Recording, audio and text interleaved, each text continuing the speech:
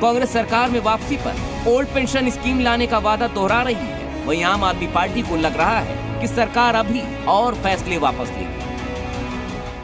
मैं समझता हूं ये देश के जितने सरकारी कर्मचारी हैं उनके लिए बहुत ही खुशी की बात है और ये मुझे लगता है देश के लगभग 10 करोड़ लोगों के लिए, 10 करोड़ परिवारों के लिए एक बहुत बड़ा समाचार है। नरेंद्र एक तरफ कांग्रेस अध्यक्ष यूपीएस को यूटर्न बता रहे हैं तो दूसरी तरफ कांग्रेस सांसद प्रमोद तिवारी यूपीएस को एनपीएस का पर्यायवाची बता रहे हैं।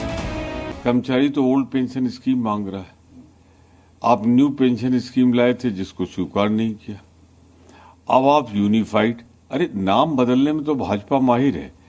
हमारा ये कहना है कि हमें ओल्ड पेंशन स्कीम चाहिए, वो बहाल हो। जिस तरीके से केंद्र सरकार के एम्प्लॉइज ने इस बार भारतीय जनता पार्टी के खिलाफ वोट दिया, भारतीय जनता पार्टी की अकल थोड़ी ठिकाने आई है और मुझे लगता है कि बहुत जल्द और भी अन्य जो इन्होंने फैसले लिए, जैसे इन्होंने अग्निवीर का फैसला लिया जिसके अंदर लाखों लोगों को का जो सपना था फौज में जाने का उसको तोड़ा, उस फैसले को भी बहुत जल्द वापस लेंगे।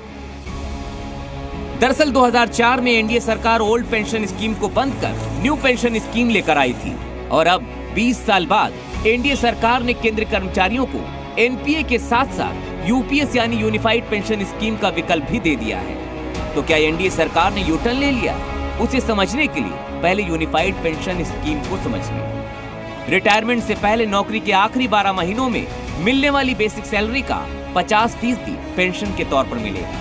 इसके लिए कम से कम 25 साल की नौकरी जरूरी है। 10 से 25 साल के बीच अपनी नौकरी पूरी की है तो पेंशन उसी हिसाब से एडजस्ट कर दी जाएगी। कर्मचारी ने कम से कम 10 साल की नौकरी पूरी की है तो प्रति महीने कम से कम 10,000 रुपए पेंशन के तौर पर मिलेंगे। सरकारी कर्मचारी अपने वेतन का 10% यूपीएस में योगदान करेंगे। सरकार का योगदान अब यूपीएस के तहत 18.5% होगा। यूपीएस एनपीएस के मुकाबले कर्मचारियों के लिए फायदे का सौदा है, जो एनपीएस और ओपीएस के बीच का रास्ता नजर आ रहा है। बीजेपी यूपीएस के सहारे विपक्ष के ओपीएस मुद्दे को डिरेल करने की तैयारी में है। प्रधानमंत्री श्री नरेंद्र मोदी जी की अध्यक्षता में यूनियन कैबिनेट ने यूनिफाइड पेंशन स्कीम को अप्रूव किया है। केंद्र सरकार ने कल केंद्रीय कर्मचारियों के लिए यूनिफाइड पेंशन स्कीम यानी यूपीएस का ऐलान किया।